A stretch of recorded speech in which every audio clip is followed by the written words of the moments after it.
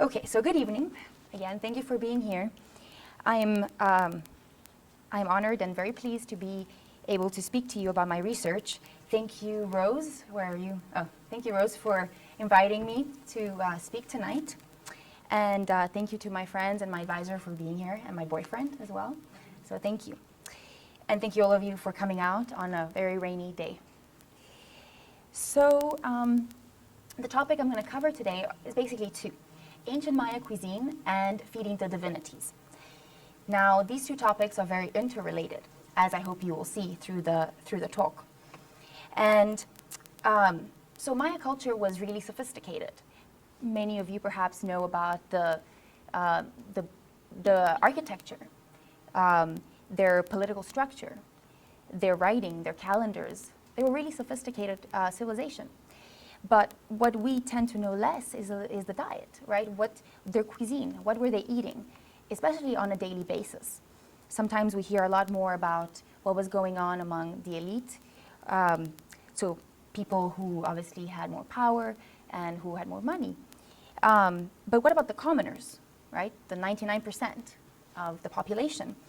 So that's what I'm trying to study, trying to find out what the commoners were eating.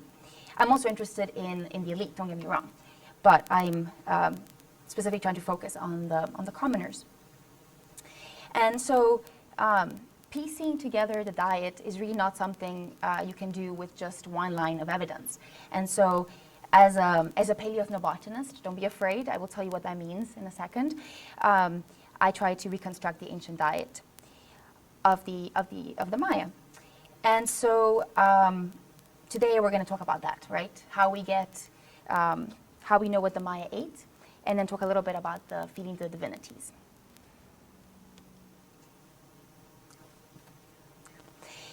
So why are we so interested in food?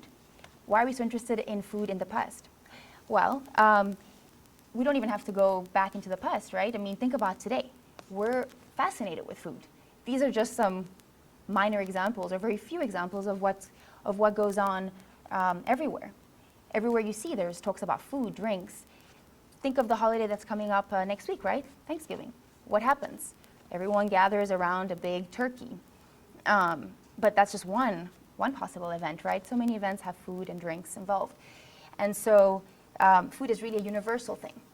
And it is so interesting because it can really tell you a lot about who you are. And so it can tell us a lot about the past. So I really like this quote, right, by Boya Savarin, who tell me what you eat and I will tell you what you are. Just a lot of, just one quote in the many, many quotes out there about food. So let's situate you a little bit in terms of the Maya region. As I already mentioned earlier, right, it's the civilization spread through southern Mexico, for example, the Yucatan Peninsula today, Guatemala, western Honduras, and parts of El Salvador, right? So this green region is the Maya region. And then you may have heard of the Aztecs, of the Aztec Empire that was further north, up where Mexico City is today. And here's a little timeline to show you. So this part has been cut off. It's AD 1500. So what I would like you to look at is sort of the Maya, the pre-classic. Let's take it around 2000 BC. And the pre-classic period goes up about 250 AD. Then we go into the classic period. This is where we know a lot of information, right? That's where the kings, the queens, we know a lot about the trade, a lot of writing. So this is the period that a lot of people know about, that is very well studied. And then the post-classic, so sort of when the collapse happens, right, the famous collapse, people move across the landscape to different parts of the Maya region. And then eventually around here, the 1500s, Europeans arrive to the New World, at least to like Guatemala, for example. So that's a timeline, and then just to show you in relation to other parts like Egypt, China, and the Roman Empire, right? So it spreads a really long time. The Maya region is extremely diverse. there's lowlands and highlands. And where I work specifically, it's called the lowlands. And so most of my talk will be focusing maybe on the lowlands. And, but there's also Maya, the Maya spread also across the highlands. And so here you have things like the cenotes, where you, sir, mentioned the sacrifices, but this is probably not the one. So these are just sinkholes, right, in the limestone. Beautiful places. And then you have, up in the highlands, you have lakes, mountains, volcanoes. And then the tropical forest, which is these two images here, and that's where I work. Wonderful. Very humid, lots of insects, but it's perfect for someone who loves to do archaeology and who likes to get their hands dirty. Just to situate you a little bit more, these are just some of the sites. You may have heard of Tikal. It's cut off here at the bottom a little bit. Who has heard of Tikal here? Yeah, right, emblematic of the Maya civilization, UNESCO protected site. And other important sites, for example, Chichen Itza, occupied later. And then you have places like Tulum, beautiful on the coast of Mexico today, and Palenque as well. And this is Copan in Honduras. And then I put these two images here. I don't know if any of you follow sort of archaeology in the news, but recently there's been important finds at sites such as El Peruhuaca and La Corona. These are two sites that I have the privilege of working at. Dr. Friedel here is the director of one of El Peruhuaca, and then La Corona as well is another project I work on, and they're both situated right here in northwestern Peten. So they're pretty close. And these are just some of the finds. A burial of a queen, Lady Cabell, and then panels, beautiful stone panels that were found that actually mentioned the year 2012. So I don't know if any of you heard about that.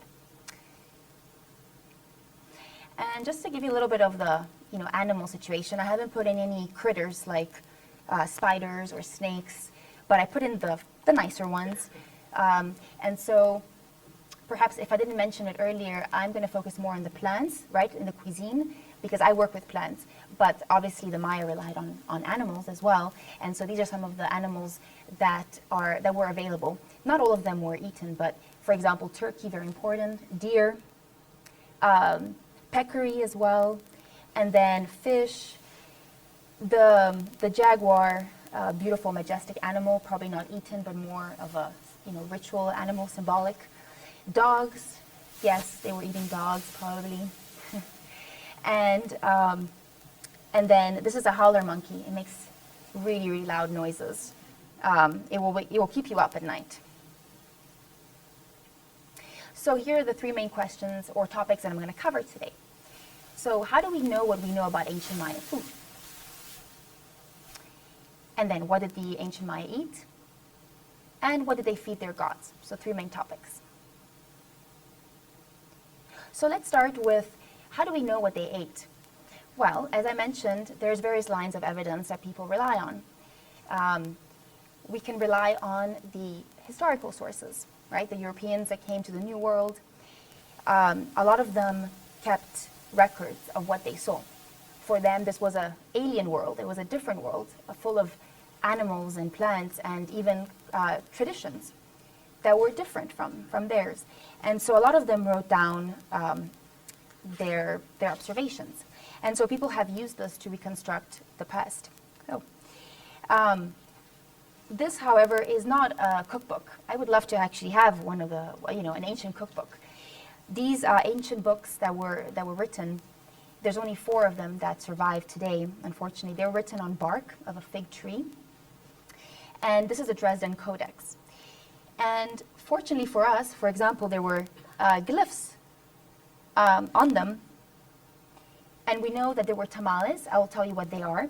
And they were filled with iguana, yes, iguana, deer, turkey, and fish. So we know these, these kind of details about food, but it doesn't tell you how they were made. So this is only one way of knowing what they were eating. And by the way, that's happening in the 16th century. We also have information directly from the ceramic vessels. For example, this is a complete vessel, And on here you have various glyphs. And this is known as a primary standard sequence. You know, just a fancy word for telling you that it tends to tell you what were the contents of the vessel, who was the owner, and so it is useful, right? It might tell you if there was chocolate inside and who it belonged to, but it doesn't tell you the recipe. Except there are some that maybe tell you if it was sweet chocolate or bitter chocolate. But again, it's always focused on chocolate. So what about all the other foods? Well, that's what I'm working on right now. Another great vessel is the Rio Azul vessel. Beautiful, container.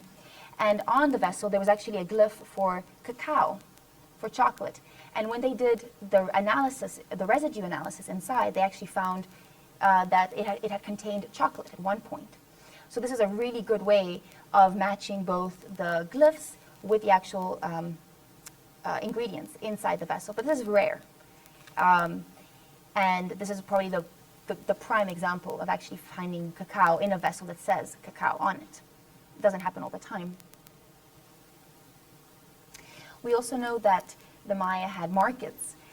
It's debated in archaeology how important they were, but it is likely that they had markets. And this is a beautiful mural that was recently found from Calakmul in Mexico. And literally this is what they found. The colors are incredible, and it shows you a marketplace. And you have different people selling different kinds of goods. You'll have someone who is selling salt, someone who is selling maize, drinking, like maize that you can drink.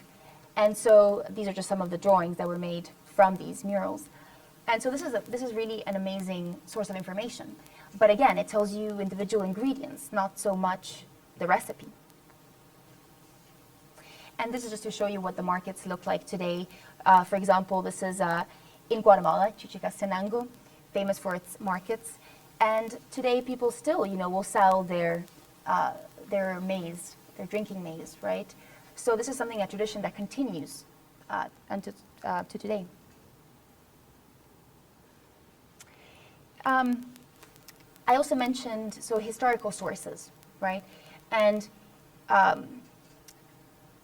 the better known ones are going to be from some of the Europeans that came, and there's various people that wrote down their accounts. And so here we have you may have heard of Diego de Landa. He was a bishop. He was a Franciscan. He came to Yucatan, one of the first ones to come, and he wrote down everything that he saw in the Relación de las Cosas de Yucatan. And he mentioned sometimes some of the drinks that were made out of maize, but very little about chocolate. But he does give us some information about how foods were prepared. Unfortunately, he was also responsible for burning most of the codices, or these books, right, that were made by the Maya in pre-Columbian times, and so a lot of these have been lost to us. But he did write down most of the things he saw. And then someone else called Gonzalo Fernández de Oviedo, he also wrote about his history of the Indies back then, and he was mostly focused on the Caribbean, but he drew the first pineapple. This was the pineapple that the Europeans first saw for the first time. So really interesting things happening back then. So these are all sources of information. And another source of information is what are people doing today with their food, right? Let's look at some of the cuisine. So this was when I said, I hope you had dinner tonight, because I haven't, and I'm hungry just looking at this. And so these are just some of the foods that they prepare today. We have to note that there are a mixture of both native and foreign ingredients, right? Today you probably cook with foods that are not local or native to where you're from, but they might retain the basic methodology of how you're going to prepare. So you might have things like fish soups. This is tapado, so it's made with fish and seafood. Or you might have pepian. This is delicious. Really, I'm getting hungry. But so this might be like chicken in a sauce made with sesame and other delicious ingredients. So sesame is not native, but it gives it that little flavor. And then who hasn't heard of guacamole, right? Everyone's heard of guacamole, delicious. And then tamales. Who here has had tamales? A bunch of you, yeah? So you know you know what they're like, and they're very varied. They can be very different. And so today people still make that. And so if we look back at the archaeological record, which is what I want to show you, we'll see that continuation of what people are doing and what they're eating. So these are the basic sort of traditions or food that they're preparing. I mentioned earlier that archaeology, that at least when it comes to reconstructing cuisine, we never find, we as archaeologists, find a whole dish, right? We don't find maybe a leftover meal in its entirety. Like you won't find this, which is very unfortunate, right? It would be great. Instead, we find individual ingredients. And that's what I do, right? Try to piece back together. So that's why I like to think that archaeology is like a puzzle, right? You're finding the individual ingredients, and then you have to try and come up with what was the original, in this case, sandwich, right? I might just find the cheese or the lettuce, stuff like that. So really, it is a puzzle. But it is possible. It just requires a lot of work, a lot of collaborations with people who do various specialties. But it's fun. Okay, so this is me in the field. Here I am at La Corona, and I'm actually doing flotation. This is how I actually recover the data. The data being the seeds, the pieces of wood, the things that are going to tell me what they were eating or using, because not all the plants that we're finding are going to be diet related. But in other words, I look for plant remains. And so flotation just consists of separating the soil, right, just the soil that's in your garden outside, from the seeds. And we rely on the principle that seeds and other plant materials are going to float to the surface, and everything else in the soil is going to sink. So all we're getting is are the seeds on the top, or the pieces of wood. And so here I am doing flotation with the help of some workers, local workers from the region. And so these are the kind of things that I find, very, very small seeds.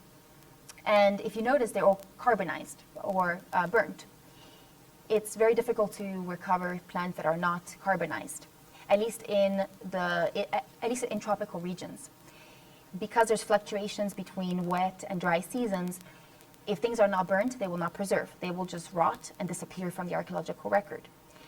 And it makes me very sad to think of all the things that I have not, found because they didn't preserve. But the things that we find are typically carbonized. And so, for example, this is a maize kernel, a carbonized maize kernel from La Corona as well. I've also been working on the recovery of starch grains. So in the absence of actual plant remains, seeds, wood, we sometimes find starch grains. They're really, really microscopic. I'll show you an image now. And these we can gather from tools that were used to process food. So maybe have you used a mortar and a pestle, right, to grind your food? Okay, so this is a very large grinding stone, the base. And after washing it and collecting the water and processing it, doing flotation on a micro scale using heavy chemicals, I separate the starch grains from the soil. And by doing this, I'm able to figure out what the tools were used for. So in this case, this is magnified 400 times. And this shows you, this is a starch grain. They're very diagnostic under a polarized microscope. And you can recognize them based on species. Sometimes it's easier, sometimes it's not. It takes practice. But you can tell what species were being processed or consumed at that time. So that's another way of getting to diets. All right, so now that I've told you the technical stuff, you want to know what they were eating, right? Okay. One of the best examples is probably for the Maya region in terms of diets is Joya de Seren in El Salvador. Who's heard of the site? No one. You may have heard of Pompeii. Okay, so this is the equivalent of Pompeii, except it's in Central America. So what happened? There was an eruption of a volcano around 600 AD, and literally people left things as they were. The image on the right shows you a kitchen. This is the only certain kitchen that we know for in the Maya region. And we know this because they left pots and other utensils as they were. People fled at night because the volcano erupted, and we have really great plant remains because of this. For things that burnt, because the ash was too hot, just like in Pompeii, they used dental plaster to make molds from the cavities that were left over of when the plant remains rotted. And so here we have a cast of maize ear, and this is manioc, cassava. Maybe some of you know it as cassava. And cassava is really rare to find in Mesoamerica, just because of the way it's processed. And typically we look for either starch grains, or in the case of, Seren, volcanic eruption. But we cannot wish for this to happen all the time, right? It would be cruel. But this was great for archaeologists to figure out what they were eating. Another good source of information is the Popol Vuh. Anyone heard of the Popol Vuh? No? Yeah. My friends have. So the Popol Vuh is considered as the Bible of the Maya, even though this was written down by a Spaniard, by I believe it was a monk or a missionary. And he transcribed the myths that he heard when he was in the Maya Highlands, Quiché. And so he wrote down the Popol Vuh as he understood it. And in this myth, I'm sorry, it's cut off here. I can read it for you. They say, after that they began to talk about the creation and the making of our first mother and father, they referring to the gods. Of yellow corn and of white corn, they made their flesh. Of cornmeal dough, they made the arms and the legs of man. Only dough of cornmeal went into the flesh of our first fathers, the four men who were created. So we know from at least the myths or the beliefs of the Maya that they were made of corn. They literally believe that they're made of maize. And so this is very important in understanding this culture a little bit more, and why maize was so important to them in their diets after this. And this is just a page of the Popol Vuh, one of the pages.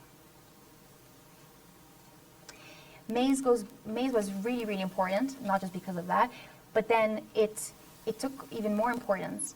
It was used in the early pre-classic. Remember I showed you before the classic period? It was used as far back as the early pre-classic, together with the idea of divine kingship. So kings had to ensure a successful harvest of maize, and so they started to be associated with the maize god. They were one of the same. Their power came from being able to provide maize every year. And so this is just a stela from Caminanjuyu, which is in Guatemala today, and up there is the trefoil of maize. I'm not an expert when it comes to maize, iconography. For that, we will leave that to other specialists. But I can tell you that the maize trefoil appears, or the symbols of maize appear very early on in the pre-classic, and this here is a king, so it's associated. It's on his headdress. We also see maize appearing on pectorals. This is a greenstone pectoral, and up in the center we see again the trefoil of maize. This is from a burial at Tikal. We also see the maize god being portrayed as personified, and this is from Copan in Honduras. And this is just 3 examples. There's so many that relate to kingship and maize and the importance. This idea of maize goes way back into before the Maya with the Olmec. Have any of you heard about the Olmec? Well, it started with them, and then they sort of passed on this idea of the importance of maize. How is maize prepared? Well, it's important to do nixtamalization. because if you don't, you might suffer from pellagra. I don't know if any of you have heard about pellagra, but it is unpleasant.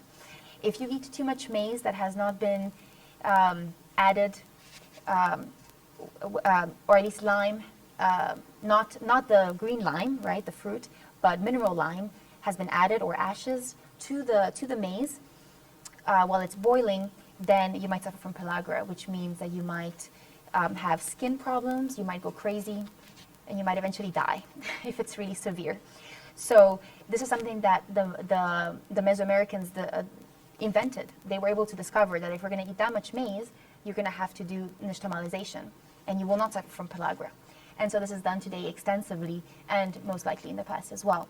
And so this just shows you boiling the maize with the lime, and then removing it and just rinsing it off before processing.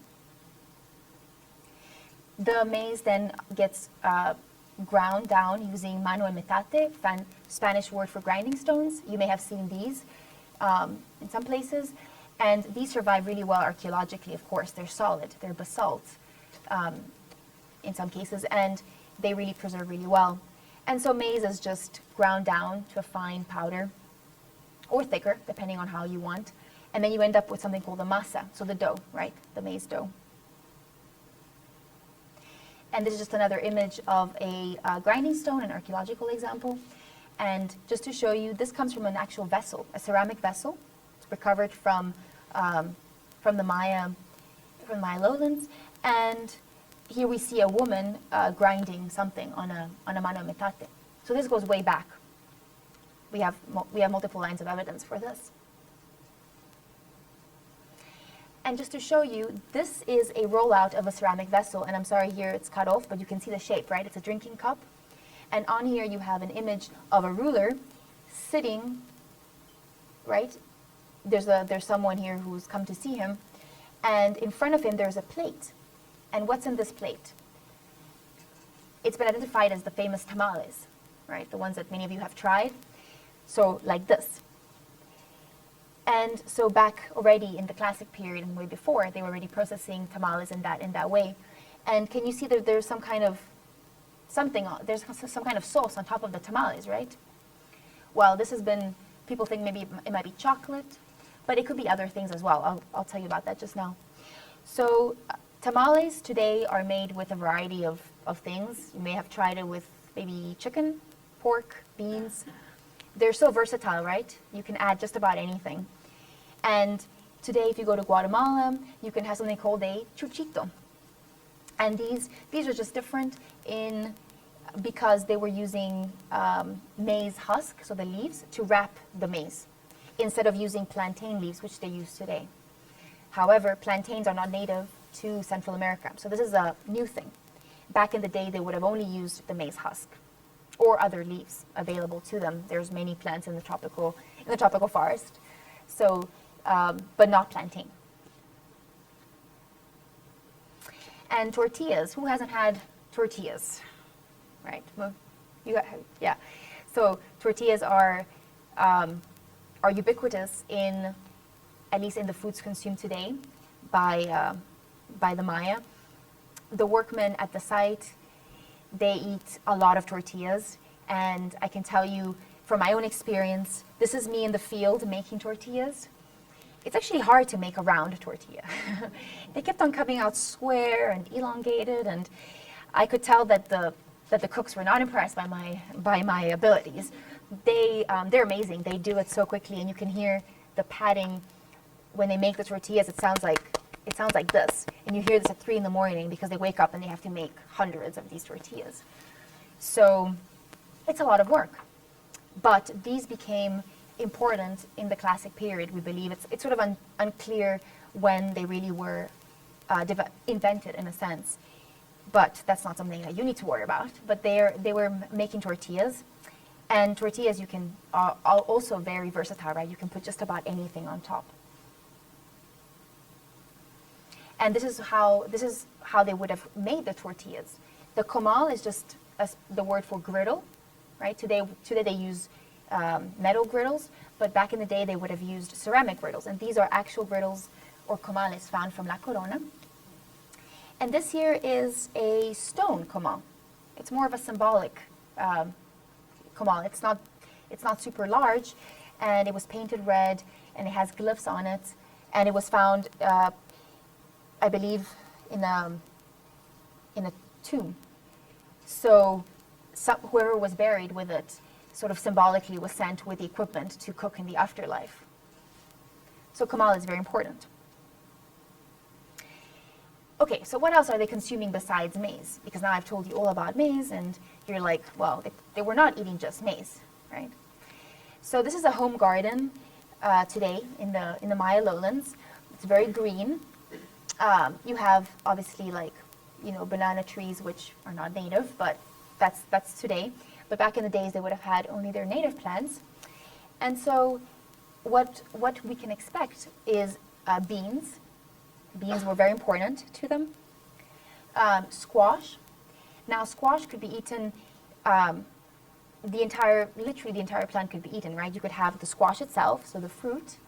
The seeds could be consumed by toasting and grinding them and adding it to various beverages, and also to the maize. Chayote is it's also in the same family as the squash. And again, could have been consumed in various ways. It's not easy to find archaeologically. And Chenopodium, or goosefoot. Has anyone heard of goosefoot? Right? It tends to be a weedy plant, usually related to agriculture. And so these are tiny seeds. I can't even tell, but basically it's about 0.5 millimeters across. So it's tiny, tiny seed. And so this is one I found actually in my archaeological samples. And so there's evidence that they were actually consuming goosefoot as a green, right? Maybe as you would eat spinach, you could add it to the tamales or to stews. And the same thing as chaya. Chaya it looks like a giant spinach leaf, actually. It's a bit bitter. It tastes maybe like cabbage. So if you don't like cabbage, don't try it. But although I recommend that you should try everything once. And so chaya is also another plant that was very, very good in terms of vitamins and nutrients. Again, hard to find archaeologically. And so chili peppers. These are hard to find archaeologically, right? Because what do people tend to do with chili peppers? You might grind them, right, to get sort of the powder out. And so we don't find the whole chilies. But I have been lucky enough, if you want to say that, because I personally don't like chilies, but yet they're everywhere in my samples. It follows me everywhere. And so I found the starch grains of chili peppers in mostly all the artifacts that I've looked at, which means that they were definitely using chili peppers a lot to spice all the various dishes.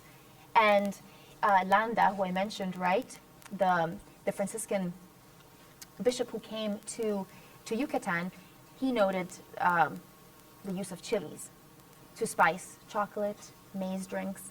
So I'm not surprised, but this is very ubiquitous, it's everywhere. And then things like tomatoes, like tomatillos, you've seen these. Archaeologically, this is related to tomatillo.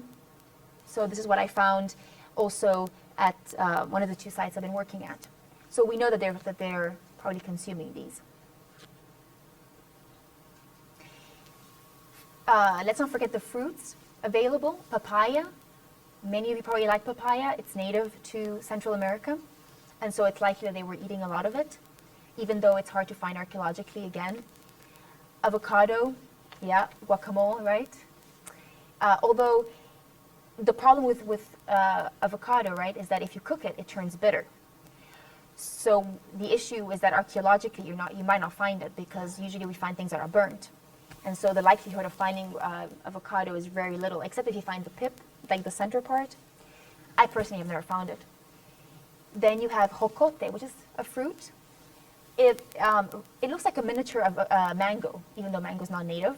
But in terms of the coloring, it looks like a mango. And I really like jocote, it's pretty good. Nanse, which is down here. They're tiny, they're like this big, but also very tasty, and archaeologically found at the site. This was from a feasting deposit, actually. And sapote. This is such a delicious fruit. It's quite large. It's like this. It's like a little melon. And the seed, as you can see in here, is pretty tough, so it will survive well archaeologically. And that's why I have also found it in various contexts. They were probably also consuming flowers. You probably have not heard of loroco, but it's native to the area. And today it is eaten maybe like with eggs or in pupusas, which are traditional sort of filled tortillas that people in Salvador make. And you can stuff that with pupusa or cheese or some greens even. So they might have been eating flowers, but I have not found any evidence of this. Things like palms, like pacaya as well. It's everywhere in the tropical forest, so I wouldn't be surprised. Maybe some of you have had palm hearts, right? They're tasty. And unfortunately, when you do that, you kill the tree mostly, so who knows. But palms are very useful for their oil. You could also make sometimes wine out of the fruit. And then something that is interesting are mushrooms. There's over 300 species of mushrooms in the Maya region.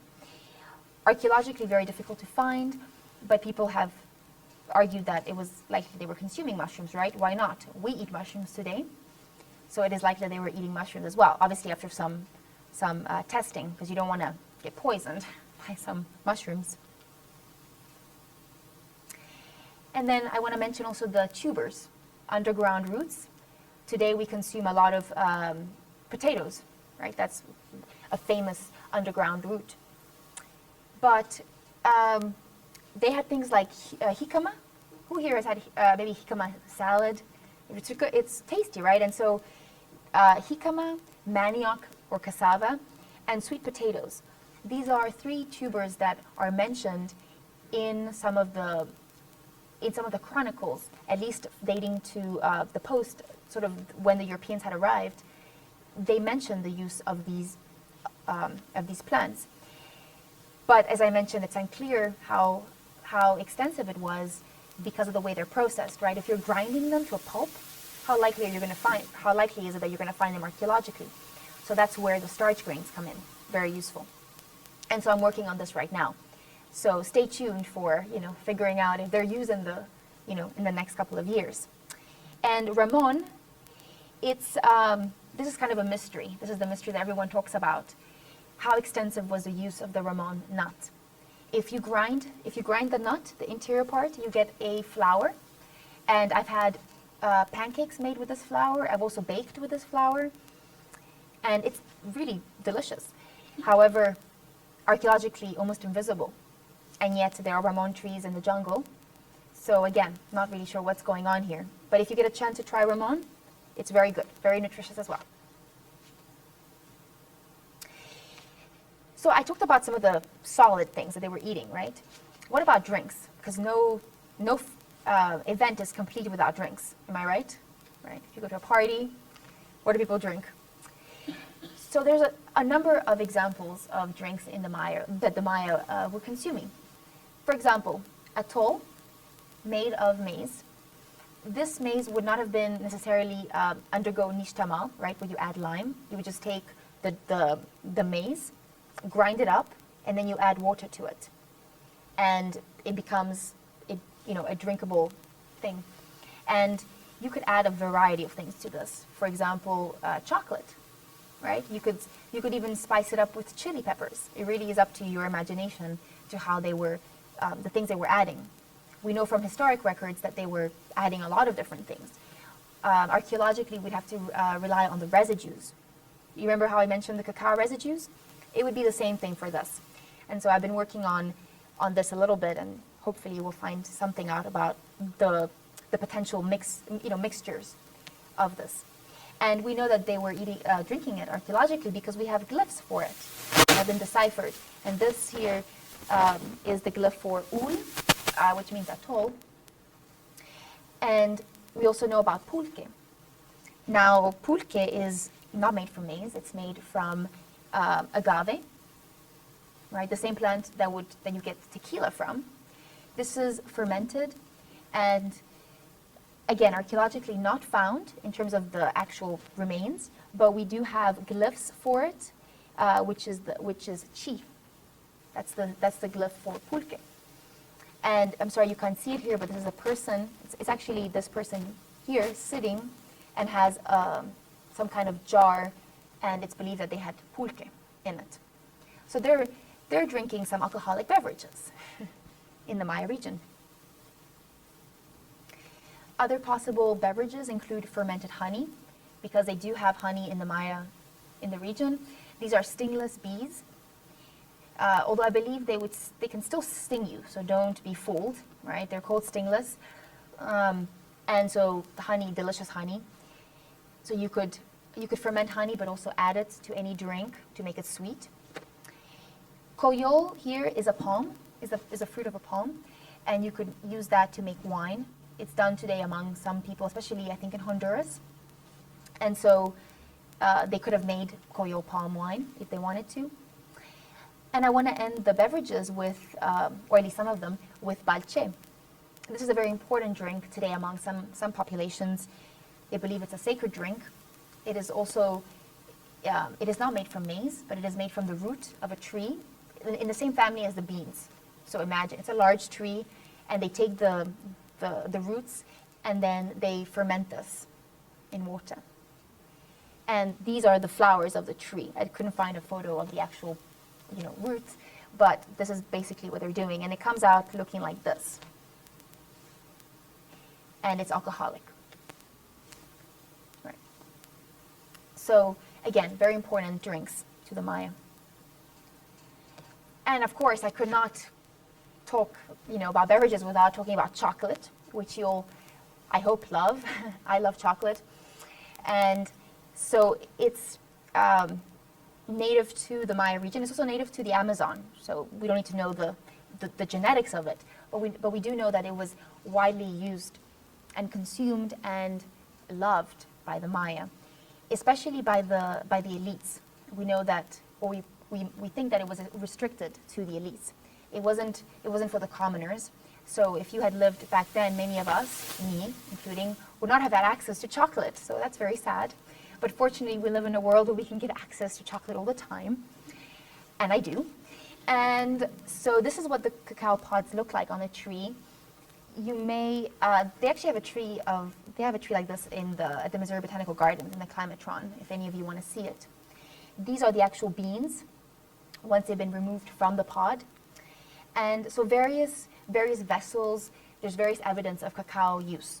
For example, these spouted vessels where they have actually found also residues of theobromine, which is a compound found in cacao. So they know that it was used. And the spout would have been very useful for frothing cacao, right? It would come up sort of a frothy, so imagine this hot, frothy drink, right? Like how we drink it today. And then this is the vessel I showed you earlier, the one that had the glyph, but also the residue inside. But we also have other evidence, like this is a lid of a censer. And if you look at these are all individual cacao pods, not real ones, but just ceramic. And you have someone coming out of that holding, again, more cacao. So very, very important to the ancient Maya. Cacao and maize are probably the most mentioned foods on vessels, just everywhere in general, more than anything else. And just to show you, this is a rollout of a vessel again, and here you have someone pouring, and yeah, I'm sorry, here this was a better image, just to show you how this woman is pouring cacao. Can you see from one vessel to another? So this would have been another drinking cup. This is another vessel that shows some kind of court, royal court, and here's a cacao tree. A lot of these are mythological scenes as well, so they combine these things, but at least we have the cacao tree with all the pods. And here we have the woman who's grinding something on a grinding stone. So perhaps she's grinding the chocolate, preparing it for drinking. And so what are they adding to the cacao? Because cacao by itself is bitter. I don't know if you've ever had just really, really pure cacao. It's bitter. And so you could add, again, honey, right, from the stingless bees, chili peppers. It just came out recently that they found residues of chili in in vessels that contained cacao. I don't know if you saw that in the news recently, from a site in Mexico, dating to before the Maya here. Then you have allspice, which maybe some of you cook or bake with. Achote, you might know this as anato. It doesn't really give flavor, it gives a color. It's bright, bright red. And if you mix it with anything, it would look like blood. So ritually, very important. And then vanilla, also native to Central America.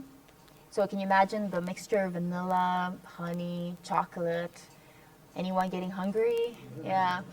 And then you have these other things like ear flour and rosita de cacao.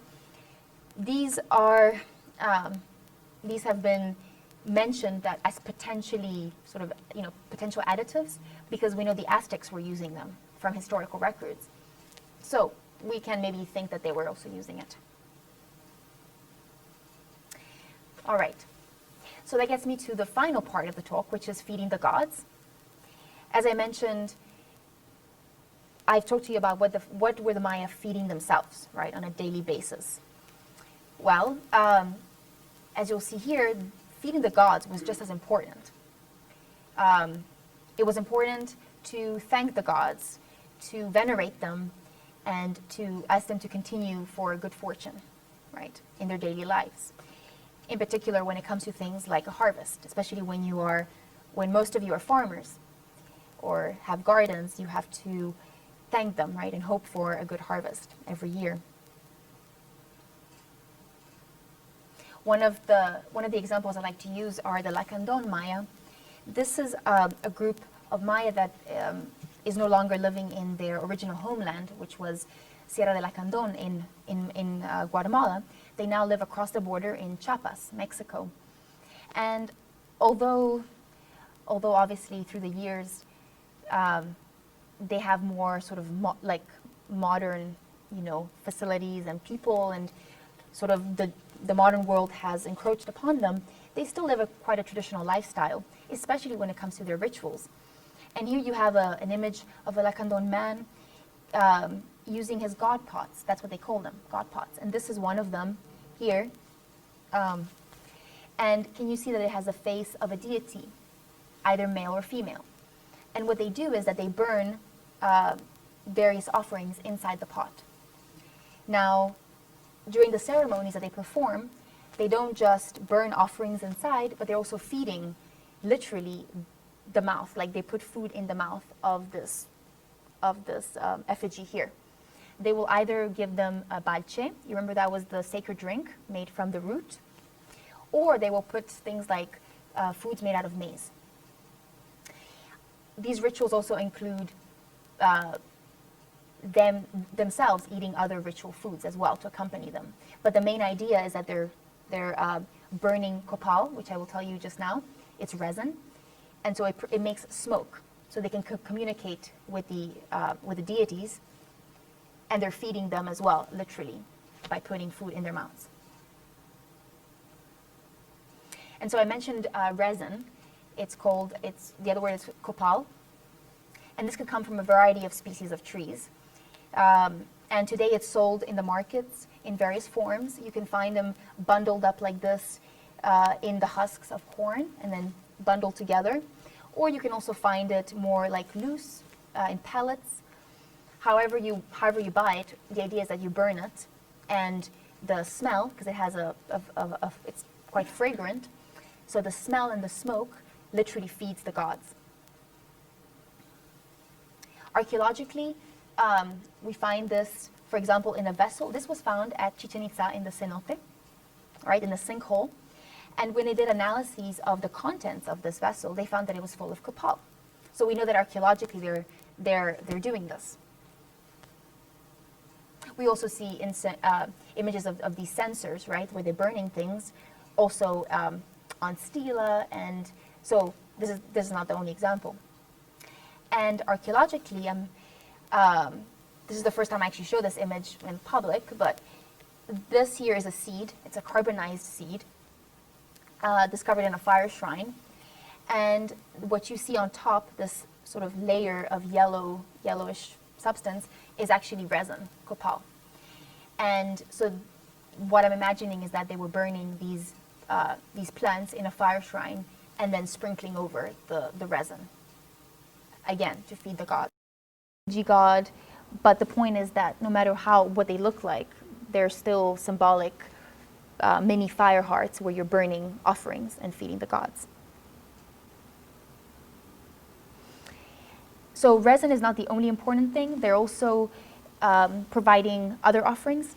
And I just want to tell you briefly about the flowers that they're offering. This is from a modern day ceremony. If you look carefully, you can see petals of various different flowers. And if you note, they're all different colors. The reason for that is that the Maya associate each cardinal direction with a specific color.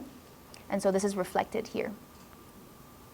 And then, and the candles reflect, obviously, the burning, right? It's kind of it's basically a sensor. And then we also have iconography of flowers on vessels. Again, these are rollouts, and you can see various types of flowers. Now, to try and say exactly what flower that is, I do not want to go that far, but people have obviously, discussed what they potentially could be. Oh, and archaeologically, this is a flower, a burnt flower from the fire shrine that I found as well. And so, I don't know if people can see the structure of the flower, but these are the petals, and inside the stigma, and this would be the base here. So that is what we're finding. It's very rare, but it is possible to find these things. So we know that they're burning flowers. And here are just some of the flowers that they could potentially be burning. Again, the tropical forest is full of plants. And so these are just some of them.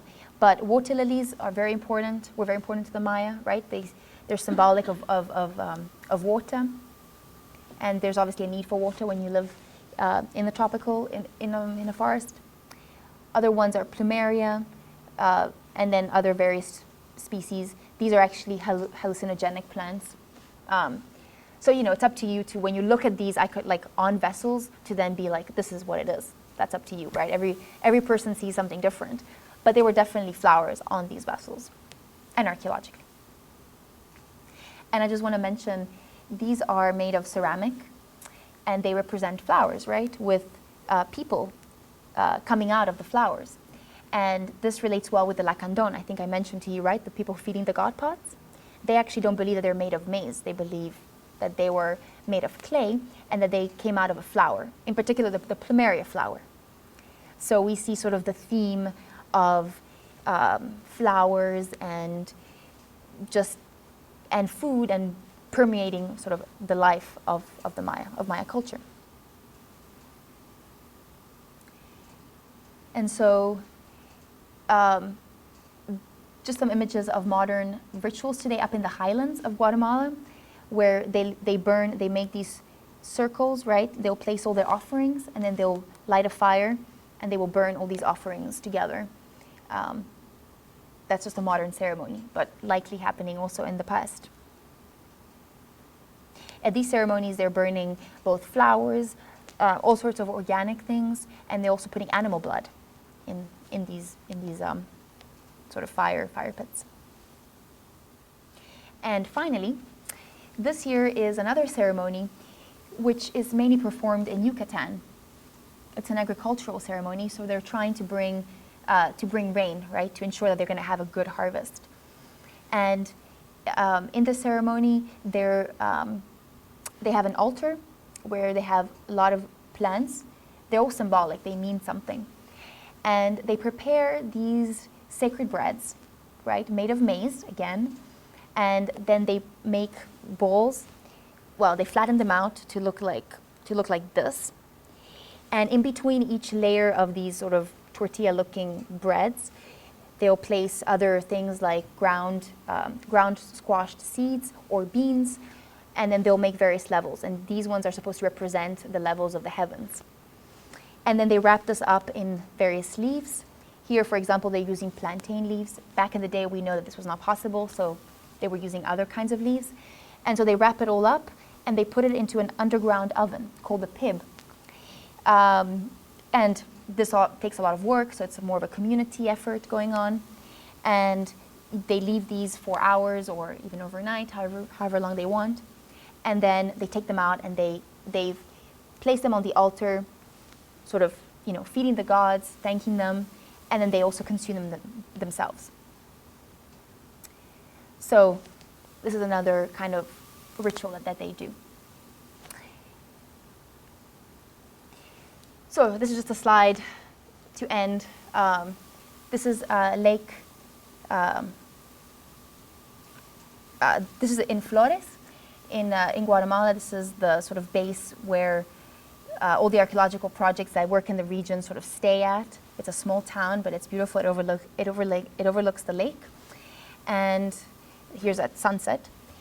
So I hope that tonight I sort of answered some of your questions about what the Maya ate, and also I hope you learned something new about the rituals and how sophisticated the Maya really were, and that we have much more to learn from archaeology, but also from other lines of evidence. So thank you so much for coming, and I will take any questions.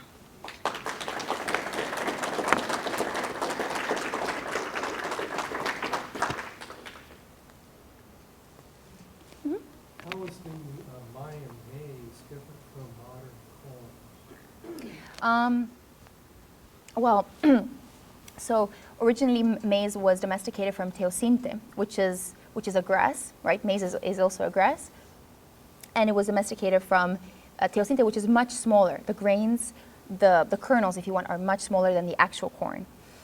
And through time, when it was domesticated, these kernels and the ears grew larger and larger. Now, modern maize today is, first of all, a lot of it is genetically modified.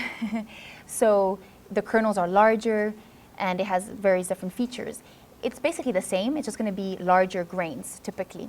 But if you look at the maize that was produced in the classic period, for example, you're looking at smaller ears of corn. But it's basically the same thing. Would it be more like our sweet corn, or the kind of corn that is fed to pigs? I think it would be different from sweet corn, for sure. I think it's, you may have heard of different varieties, I don't know, maybe like popcorn, dent corn. They have different amounts of starch in them, but it wouldn't be like sweet corn. It would be more like this sort of starchy maize, really. Yeah. Yes? So when in the domestication process did you use this necessity for the process? Oh, Nishima. Well, actually, it still needs to be done today. It's if you go to the store and you buy cornmeal, at least in places like Guatemala or Mexico, it will say that lime has been added.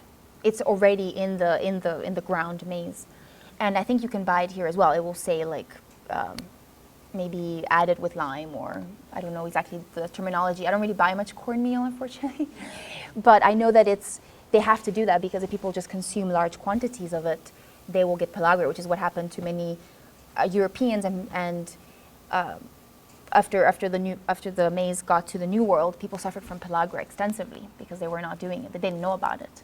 But today it's already included in the stuff you buy.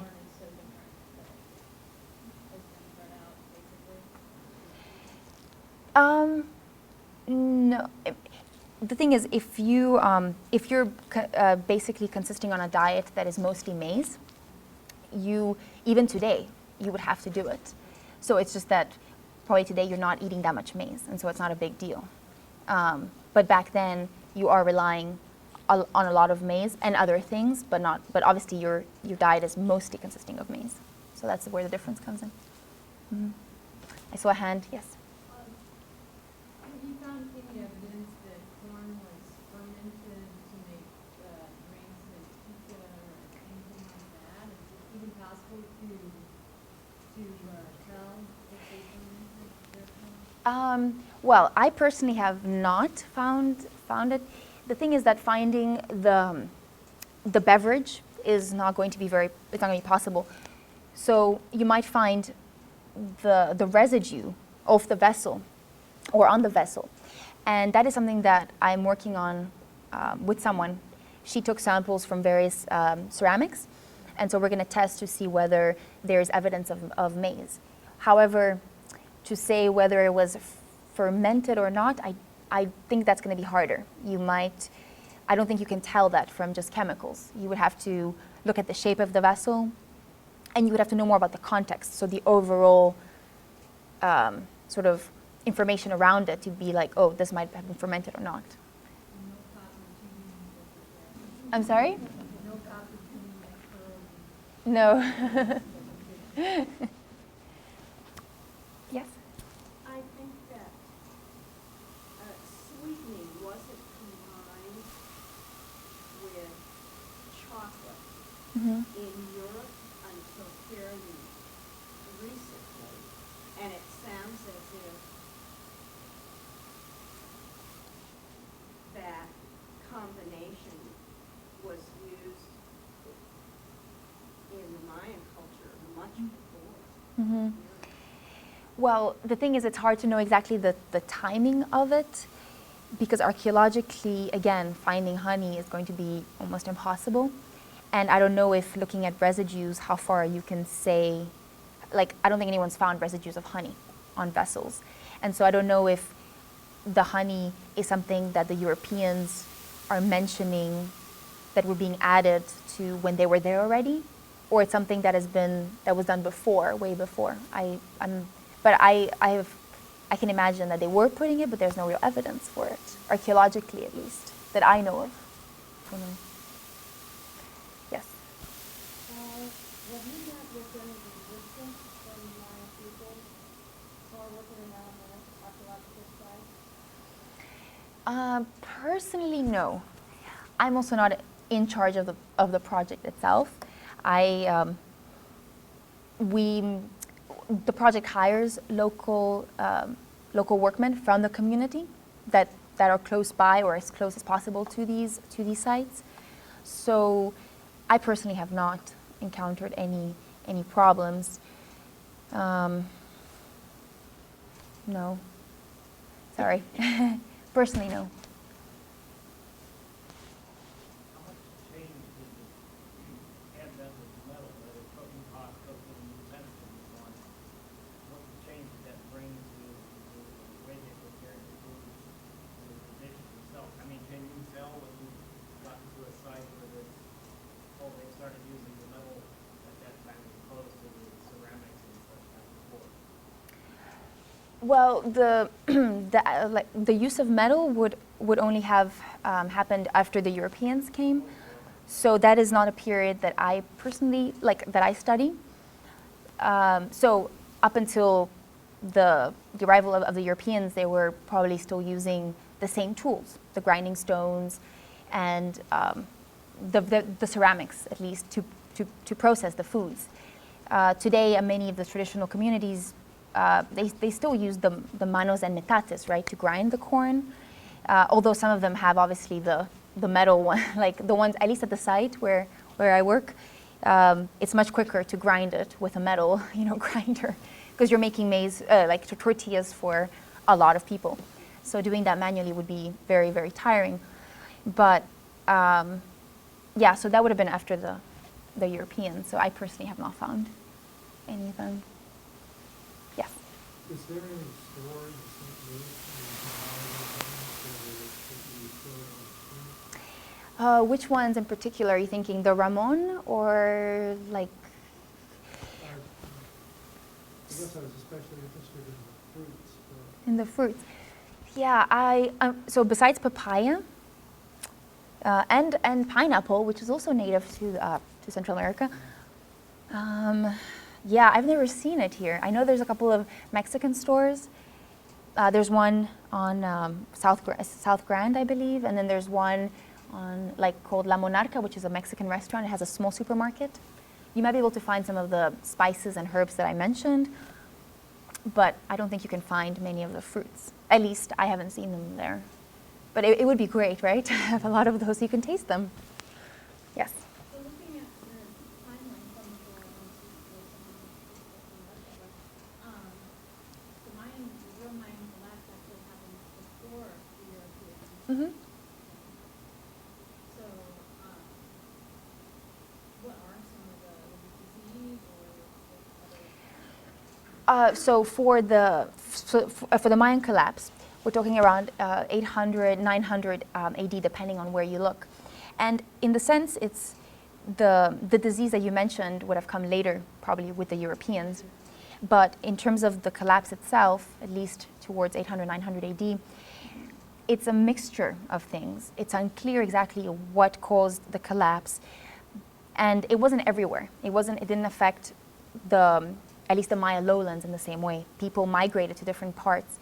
And it seems to be a mixture of political turmoil, probably environmental changes, and it's unclear. Before, everyone was saying that it was just due to environmental causes, that they just cut down their forest, and so they weren't able to continue with their daily lives. But it seems that it's a little bit more complex than that right now, and so probably a mixture of other things going on, which would make sense, right? Because today we see that with politics, right? Yeah. Yes. I mean, if you're to that gentleman, there are several Hispanic supermarkets within the stores now around Peten, St. Anne's, Mr. Paris. I'm not going to call them and have what kind of supplies we need. Oh, good to know. Thank you. Yeah, we have 6 of them around there.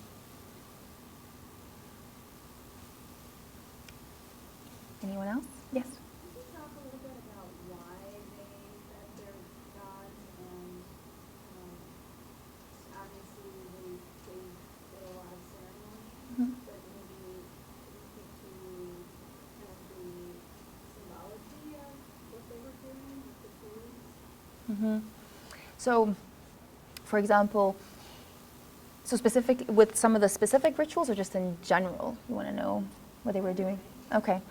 Well, as I mentioned, the importance of the agricultural cycle. When, for example, when the population is mostly farmers, right, back in the days, and you have the king who is supposedly responsible for bringing in the rains, the good harvest, and so by giving offerings of food back to the gods who are providing that sort of the rain and the appropriate conditions for the crops to grow, you're sort of thanking them somehow and you're appeasing them. It's a very, I mean, I don't really know how to explain it in a concrete way, right? Because we're dealing with ritual, with symbolism, like what we do in churches today or other religious contexts. But the idea is mostly that you're providing various kinds of foods that have meaning. For example, the last image I showed you with the Chachak rain ceremony, the various plants that they're using in this ceremony all have meanings, at least most of them, and they will use plants that will, for example, attract rain because they believe that they're going to bring in the rain. And so a lot of these things have a reason. Now, in terms of the archaeology, we cannot always say what the reason was, so we try to extrapolate and look at modern ceremonies. But I think the main point is that they are symbolically feeding their gods in one way or another and reaching them through smoke or through fragrance. Because by burning copal, that's mostly going to be the smoke, but also the smell. And the flowers, same thing. And obviously maize. When you're giving maize to the gods, that's especially symbolic, considering the importance of maize. So I think it's all a cycle to provide for just for successful harvest, but just a good life in general. Yes. If the harvest failed, would the king be killed? Well, probably not. Not if it failed 1 year or 2 years. Also, it wasn't really necessary for them to fail, like with their obligations with rain. The Maya were are known to have had many sort of wars between them. So sometimes you'll hear of one king being decapitated by another king, nothing to do with rain, but just trying to gain control over that polity. But in terms of your question, I don't know. I don't know of any specific text that says that someone was killed because it didn't bring rain. But I'm sure that it was problematic at that point, and people may have had their doubts. But he was a divine king chosen, so I don't know. Yeah. Yes. Did the Mayans actually have any domesticated animals? Mhm. They kind of go and hunt for them. Right. A lot of the animals they had to go and hunt, and the only examples of domesticated animals that they know of are going to be like turkeys and dogs, and it's debated how domesticated the deer were. But those were the only animals that are domesticated. Yeah. Yeah, and it's amazing when you think that the Maya built a whole civilization without the help of pack animals, right? To build all these things. They moved stuff across the landscape on their backs or on boats, canoes. Were those bush dogs, I don't know if you've ever seen, okay, like a Chihuahua, for example, not so larger, but again, like with no hair, they're gonna look something like that. At least those are the ones that like up in Mexico, that's what the Mexican dogs look like. So it's likely that they were similar to that, but hard to tell because they don't really survive archaeologically, like you don't see what's going on. But from the historic sources, there were some drawings of like spotted dogs, and I don't know exactly what's going on there. Yeah. How did you pick this line of study? Why? Yes. A lot of people ask me that. Well, the thing is that ever since I can remember, I wanted to be an archaeologist. And I didn't know that I wanted to really work with plants, be a paleoethnobotanist, until I took a class in undergraduate. I had a possibility to look at seeds under a microscope, and that was it. It was like, this is going to be an adventure every day, because you never know what you're going to find, and I love that. But archaeology, I've always known that I wanted to study the past and try to understand the past, because I think it can tell us a lot about who we are today. So, yeah, it's been something for a long time. Yeah. But why Maya instead of other cultures? Yeah. So, I kind of knew I wanted to work in the New World. I was debating between sort of South America and Central America. I grew up in South America for a while, and so I sort of had this love for the New World, or like South America. But I don't know, I ended up doing Maya. I can't tell you there's a specific moment, but I think the stars aligned and it just happened. And no regrets. Yeah, and also in terms of diet and everything, there's still a lot of work to be done. So I think it works out well.